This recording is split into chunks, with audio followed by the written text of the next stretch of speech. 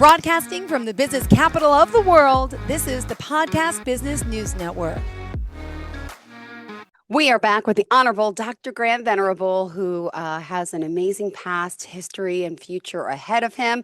He's here as a chemist, as a professor, as a doctor, and again, to talk about, unsure of the topic today, we're going to get to that, but with all the experience under his belt, we've been talking a lot about life stories and, lessons learned throughout their years.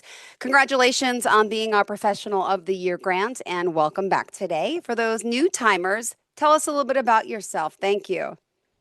Well, I go way back to coming into life in Los Angeles back during World War II, incredibly enough, after the third term of Franklin D. Roosevelt, which it sounds unreal to even say those words, but it's true.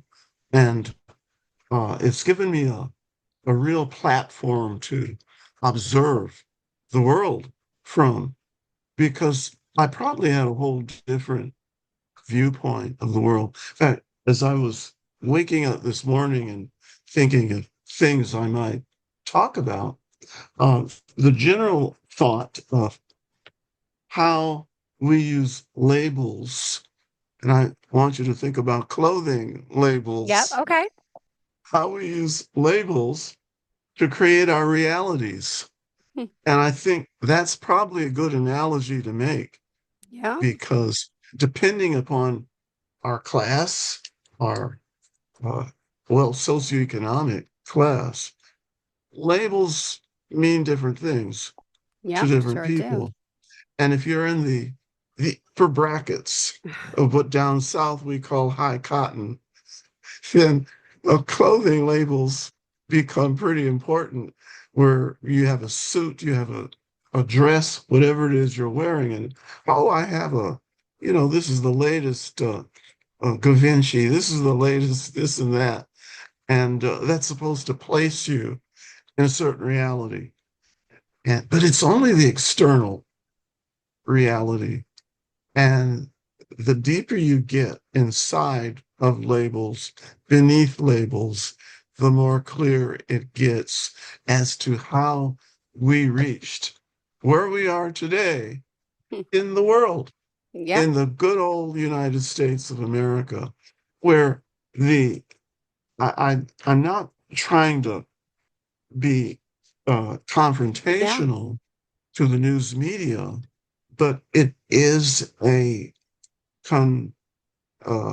congregation of different media. But the social media has become prominent and really outranking the network, the traditional network media. And because it's so available to people, it has been utilized and believed in. Because whatever we see on that screen or whatever we hear, it begins to shape our reality. Sure does. And the way that it does that, I realize, is its utilization of labels. And the labels become a language beyond English, a language beyond speaking English in our world, a language beyond writing in English. It's mind-boggled everybody. Yeah. And I think we should probably declare a national holiday from labels. Use of labels we'll start with an hour, start with a day, start with a week or a month, and look at the difference. Because I think we would discover, when I say I think, we think, I think, us 8 billion human beings would discover something almost incredible, is that we individually create our own reality. And that's what can be sometimes difficult to stomach or difficult to take. But on the other hand, it's a great, glorious thing to realize that we have that much personal power. But if we use it right, it comes out the way I experienced last Sunday night when I had a marvelous reaction to the sunset here in Yucca Valley. 2,000 feet elevation. There's a big national park called Joshua Tree National Monument. It's this cluster of beautiful desert mountains between Yucca Valley and Palm Springs, California. And of course, Palm Springs is a city that's practically at sea level, maybe only 100 feet above sea level. But Yucca Valley is about 2,000 feet Wow. above sea level. And these mountains of Joshua Tree, whose peaks can get up to almost 5,000 feet in elevation, are just like little uh, uh, impressions that come up out of our 2,000-foot valley plateau. Yeah. Now, what I've been able to realize from here, getting away from an urban setting like Atlanta, Georgia, and returning to my Southern California place of origination, it has brought some amazing revelations just in the last 5 months Yeah. of being here. Things I didn't expect. And one thing I did not expect was the sunset Yeah. of the 21st of September and the insights that I was getting. It was like just a whole new opening about things like labels. Yeah. And then I began to list all of the labels that are now so commonplace. We don't notice them. And let's talk about political labels Hmm. without necessarily getting into I know. I politics know. itself. But it's the key there. We address our Yeah. political Hmm. agreements and disagreements through labels of liberal and conservative. And what the heck do those mean? Nobody knows anymore what they really mean. Yeah. They're whatever the label issuers Yeah. want them to mean. And they're different from when I was born. They're different Hmm. from when I was a little kid. They're different from when I was in junior high school and college. And it it was a difference that made perhaps for greater clarity in communication because people did not go off Yeah. on each other about differences of labels. Now, I've looked at where did that come from? And sometimes I get different answers here, but I think everyone has their own answers if you've been around for at least a 10 years or something like that. But a line was crossed and people began to uh, identify labels as the reality. And then the use of the labels created a reality that matched the labels. So liberals started to go off on conservatives. Conservatives started to go off on liberals. But Hmm. there's other things. Back in the 50s, the favorite labels to go off on was communism, Yeah. socialism. And if you were on the wrong side of that, that got pretty serious. People lost jobs in the Senator Joseph McCarthy hearings, who made his career out of throwing labels on Hmm. people and then getting people to report on who was one label and another was, do you know communists? So prominent people, even scientists, were called Yeah. into Washington, D.C. to uh, talk about their friends. Do you have friends who are communists? Yeah. It Right. could be Ah. dangerous to say, yes, you have communist friends. Well, it was a big deal in that day because communism was a recent force in the world since the Russian Revolution of 1917. And then it took a life of its own, where uh, the, the communist strategies that came out of Moscow Mm-hmm. were really designed to, well, how can we take greater Yeah. prominence in this world? Well, we take certain positions, and positions of people in the United States that seem similar would be slandered as communists. And of course, that wasn't necessarily so. But a big word that was important in the 50s was integration and segregation. But what is that? Hmm. People practically forgotten about that. But it referred to racial segregation of the races in the United States following slavery. Now there's a big deal about slavery. It's become a label. We can't talk about slavery anymore because slavery makes some people feel guilty. I don't know why that's true, but Yeah. it makes other people feel bad. And races are. He had, I think, 4 or 5 races that he divided humanity into. There was a group, the Asian group, there was the European group, and there were subgroups of that. Northerners, Southern Europeans, Eastern Europeans, Russian Europeans. There were uh, Americans, Native Americans. There were Africans, Asians. And he assigned traits.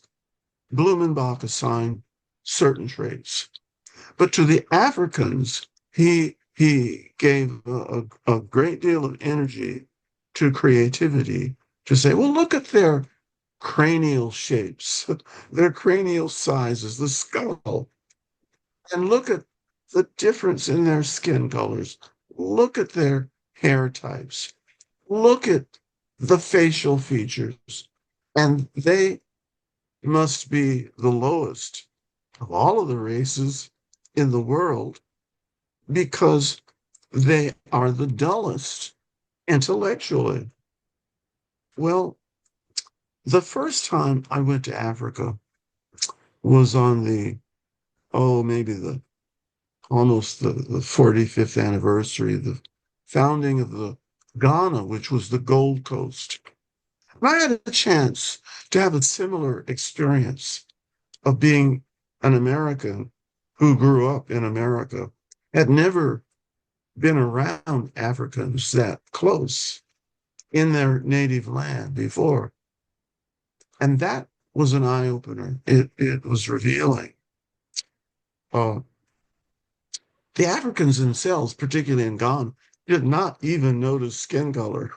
They didn't notice each other's skin color. I think the only skin color, in a way they noticed was the missionaries who came to introduce them to Christianity to make them a worthy people to share the earth with the Europeans who wanted to own them and gain their labor. So they wanted to make them Christians to Mm-hmm. help calm them down and make them tame and malleable to do their bidding. But the more powerful thing came from the anthropologists when they developed uh, this pole. I call it a totem pole, and the pole had these 5 or 6 different divisions on it, and the top division were the superior people, and they had the lightest skin colors and the most aquiline cranial shapes. And then down below that were other races, perhaps the Mediterranean and the South American Mm-hmm. races, and then all the way down through the Asian and to the bottom to the African Yeah. races. And it seemed to do the job that the wealthy bourgeois of Europe Mm-hmm. wanted done, the royalty of Europe wanted done. The United States did develop a different kind of a culture. I think we're still developing it. And I think we're going to see a lot of movement in that direction in the next very few years, actually. Um, but there were other people too, besides Johann uh, Friedrich Blumenbach. There was Linnaeus, the Swedish Yeah. anthropologist. There was Boas, who was an Mm-hmm. American. He was a professor at Columbia. There was and there were other people. I'm not. Their names are not right in front of me, but they came up with basically the same ideas about the inferiority, superiority of different races Yeah. relative to one another. So that's what I was trying to answer a Mm-hmm. couple of weeks ago to enlighten us on that point.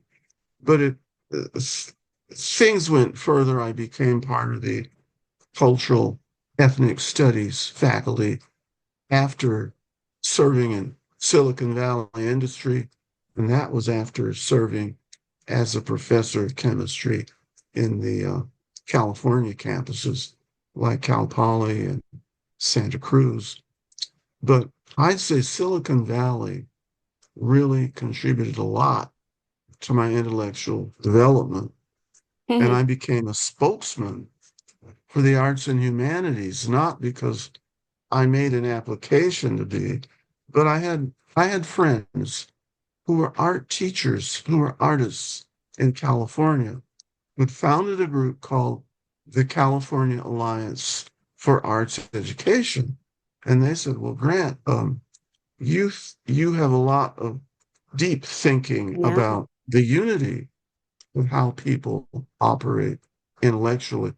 We'd like you to join us really on the board of directors Yeah. of the CAAE, California Alliance for Arts Oh, Education. thank you. Thank you.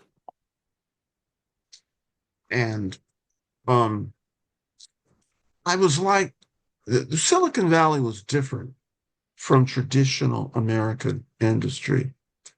The buildings of Silicon Valley were largely no more than 2 stories. So that meant that was different from the San Francisco traditional corporations that had skyscrapers. And who had the offices at the top? The board of directors, the president, the executive officers. And there was an elevator that went down to the lower floors, to the lower ranking members of the corporation. Well, it was Mm-hmm. places like Hewlett Packard, Oh, HP, wow. and my corporation, which was really an Eastern corporation that bought into Silicon Wow. Valley, Motorola. They turned it around. They flattened the buildings.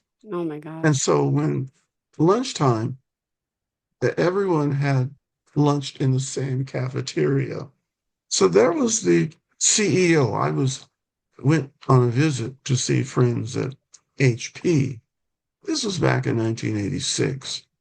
And they pointed, see that table there by the door? That's John Young, the CEO of uh, Hewlett Packard, HP. And he succeeded Hewlett and Packard as who actually ran HP. But that table was by the door for a reason.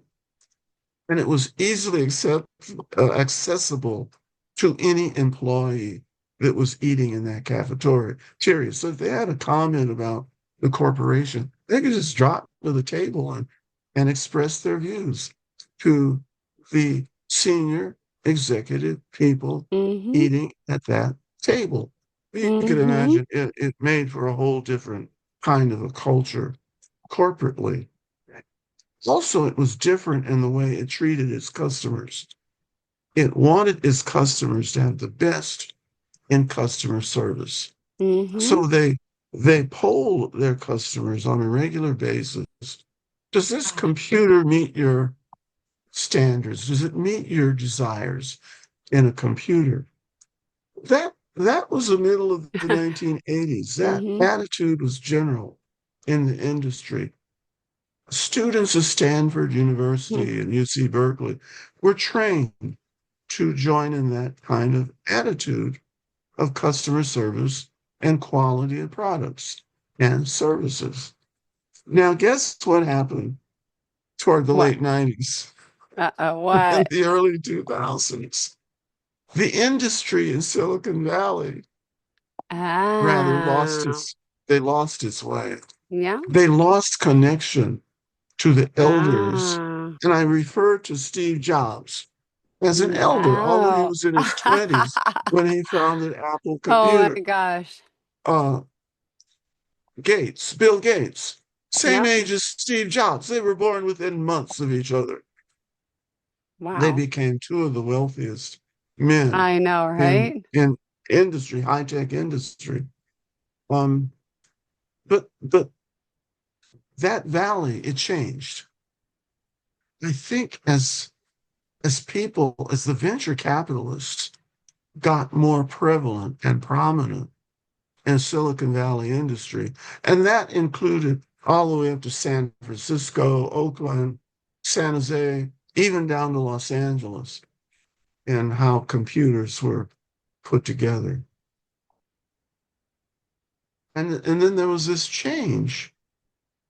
The corporate people found they could make even more money Wow. Yep. if they cut down the budget Yep. for customer service. In fact, they could make even more if they stopped talking to the customers. I think everyone by now in this country has figured that out. I certainly did within just a very few years ago. You try to pick up the phone and call any of those Mm-hmm. companies, good luck. Yeah, right. They don't want to talk to you because to maintain people to answer phones takes away from the profit margin that they have enjoyed, and therefore they do not keep touch with the spirits of that valley. Bill Gates is still around, but he sold out his Mm-hmm. company to somebody from another culture who don't have the same views. In fact, well, they have a system that treats people a certain way in their country. And it seems to me just imported that system into the modern day, whatever that company is that Bill Gates let go of. So I won't say any more than that right now, but I think everyone in this country who owns a PC knows what I'm talking about and who I'm talking about.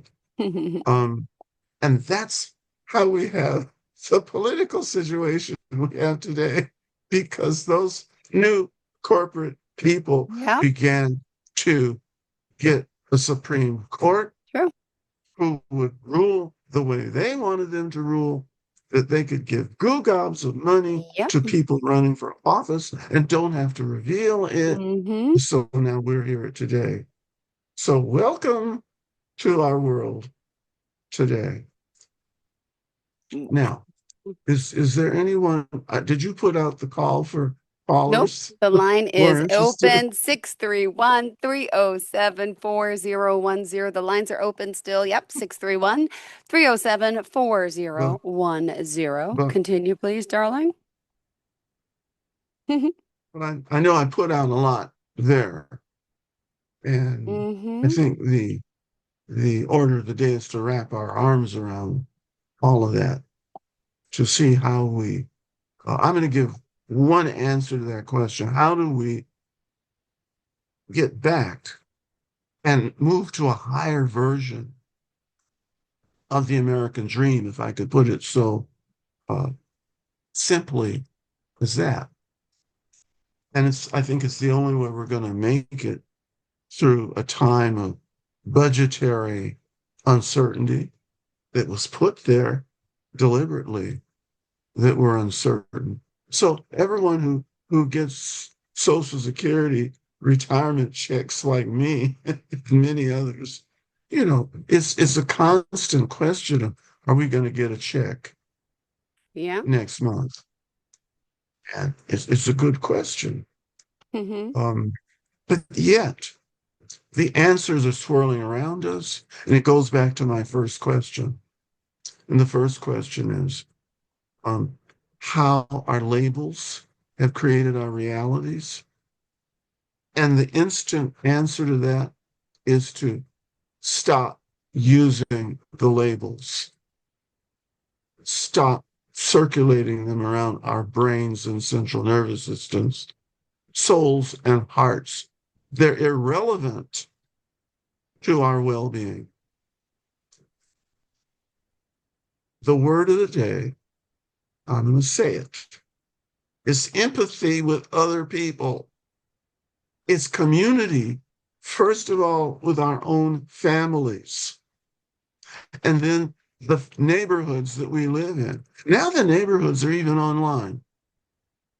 And it's about how do we take care of our families?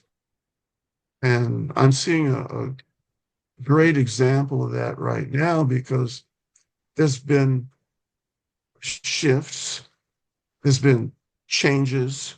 And you asked the question, Jill, where do we go after death?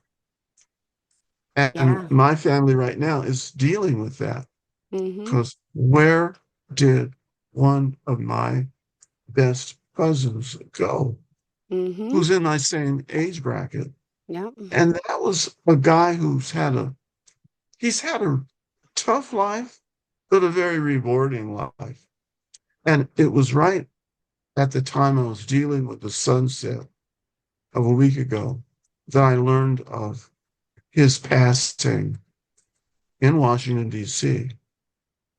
And one of his sons was reaching out to me to keep me up on the nature of his passing.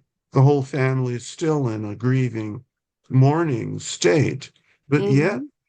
it's a joyful state because of how they're handling it in terms of, okay, we've got to come up with a memorial service Yeah. in a couple of weeks. Yeah. How do we do that? How do we celebrate this man? But even more interesting for our audience is how I, as what many Americans would call a distant cousin, how we managed to become so deeply involved in each other's lives as though we were brothers and sisters and nephews and nieces and uncles and aunts. And Yeah. that too, it's a small story, but it's powerful. My mother is related to that family. That family was descended from a woman who was my mother's oldest first cousin, born in 1895. My mother was one of the younger first cousins born in 1916. Mm-hmm. My mother, through her husband, my father, was asked to go to Portland, Maine in 1947 to be a midwife for my father's niece, who was almost ready to give birth to her first son in Portland, Maine. So my mother took this great train called the Santa Fe Chief, went to Chicago, and went from there on the New York Central into Portland, Maine. Helped her niece, my father's niece, to have her first child, who Mm-hmm. became in life a top ranking naval seaman who fathered several children and grandfathered children. Well, part of the story, the simultaneity of it is he just passed away in the last 2 to 3 weeks. So there was a simultaneity there. But what happened on the way back on the train? My mother stopped in Chicago to spend a week with her relatives, that is, her cousin's family. And there was a new child in that family. And that child was only about 2 years old. Yeah. And when my mother took one look at him, she said, he looks just like my son Grant, but they did not meet Grant for many years. However, my mother was quite taken. The word spread throughout the whole family of extended family cousins that there were these two young, well, they were young kids. Well, one was 2 and the other was like 5, Mm-hmm. that they looked so much alike they could be twin brothers. So I didn't meet that twin brother Yeah. until 1963 when they went through LA. And then I went through Chicago in 64 and stayed with them. That connection is how I got in to the University of Chicago. That twin cousin himself, I helped get into the University of Aw. Chicago Yeah. years later in the MBA program, through which he developed a very wonderful career as an accountant, a super accountant who solved companies' financial problems just like that. So all those stories kind of mesh together with what I'm saying about the import of community, starting right there with family community. And you don't have to go far to deal with that. You go wherever your kinfolk live, and being more available with your empathy in terms of making the children in those families successful, to be there as a guide, as a counselor, which I've done for this cousin's family. So that's really the message today, Aw. as we get beyond clothing labels Yeah. and Always. their surrogate labels. Our only label is human. And as we get back to that, the world's going to change in an instant Yeah. to the way we need it to be. So what comes up for you, Jill? Does anything, I know some things come up, but what comes up? A lot come up. My goodness, my mind wanders in good directions because you're making me think about so much every conversation we have. And by the way, there's still 4 minutes left. If someone does want to call 631-307-4010, just know the lines are open. But Grant, I mean, you've seen so much in your world in your lifetime with what you dealt with as a child and growing up, how you did where you did, and then to have your elders and your father. I mean, again, he was the original Grant, or he's the second. You're the third Grant.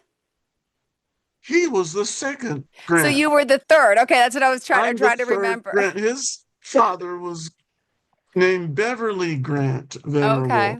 You don't Hmm. hear that name for boys much anymore. No, But there were no. some very fabulous people in England who were named Beverly. And Ah, my grandfather in the United States was one of those.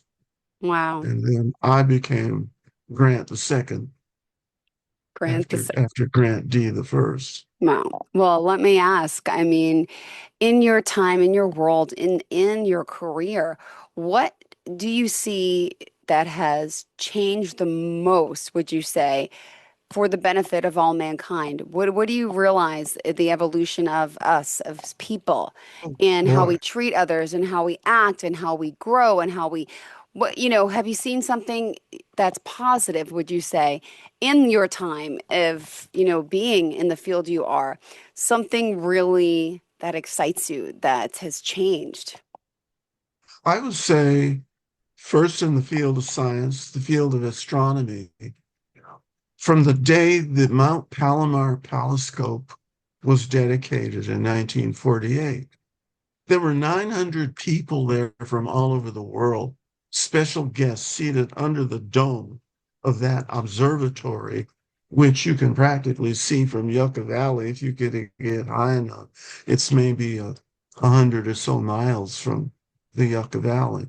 But that advanced astronomy and the human understanding of the universe, probably more than anything, maybe even after the atomic bomb, which came just a few years before that telescope. Well, Mm-hmm. the atomic bomb was an awful thing, but it left us with a powerful, wonderful legacy of understanding atoms and molecules, which is the field I went into. Then the second thing I would say was the field of civil rights. Yeah. When people began to change their whole views of one Mm-hmm. another based upon the race label, Yeah. I would say maybe the symbols of that that were so Mm-hmm. important were Martin Luther King Jr., Dr. Reverend Martin Luther King Jr., and Malcolm X. Yeah. And we were a King family.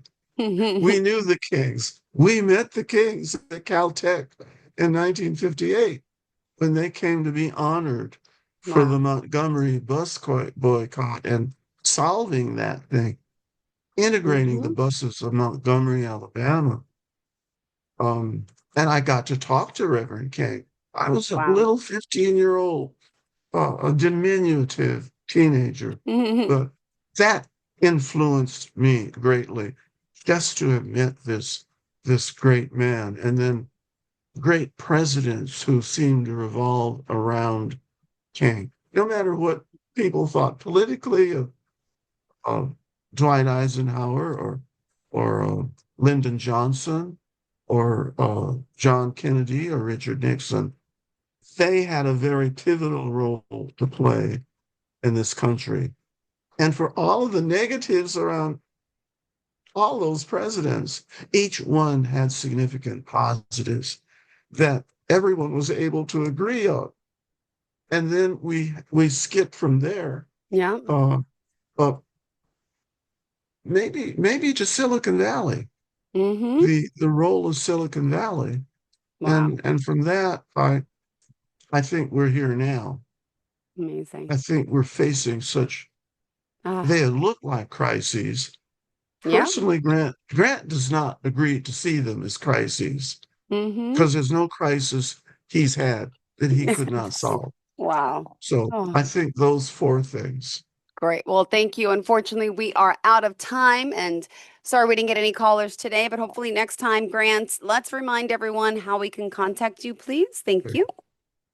Okay, Grant D. Venerable, Yep, PhD yep, yep. .com, Mm-hmm. all lowercase, uh, VENTWO at AOL.com. That's my email. But one Beautiful. more thing is, I do know this about people who hear me. They get so entranced with what Yes, I'm that's the saying. word, It takes entranced. them a little while Mm-hmm. to even think of all the questions they want to ask. And that's okay, because whenever they do ask, they're good. So Well, thank you again for being here, for joining us, and have a fantastic day, Grant. Always a pleasure having you here. And again, congratulations on being our professional of the year. Love having you as always. Enjoy the rest of your day. thanks, Jill. Bye. Broadcasting from the business capital of the world, this is the Podcast Business News Network.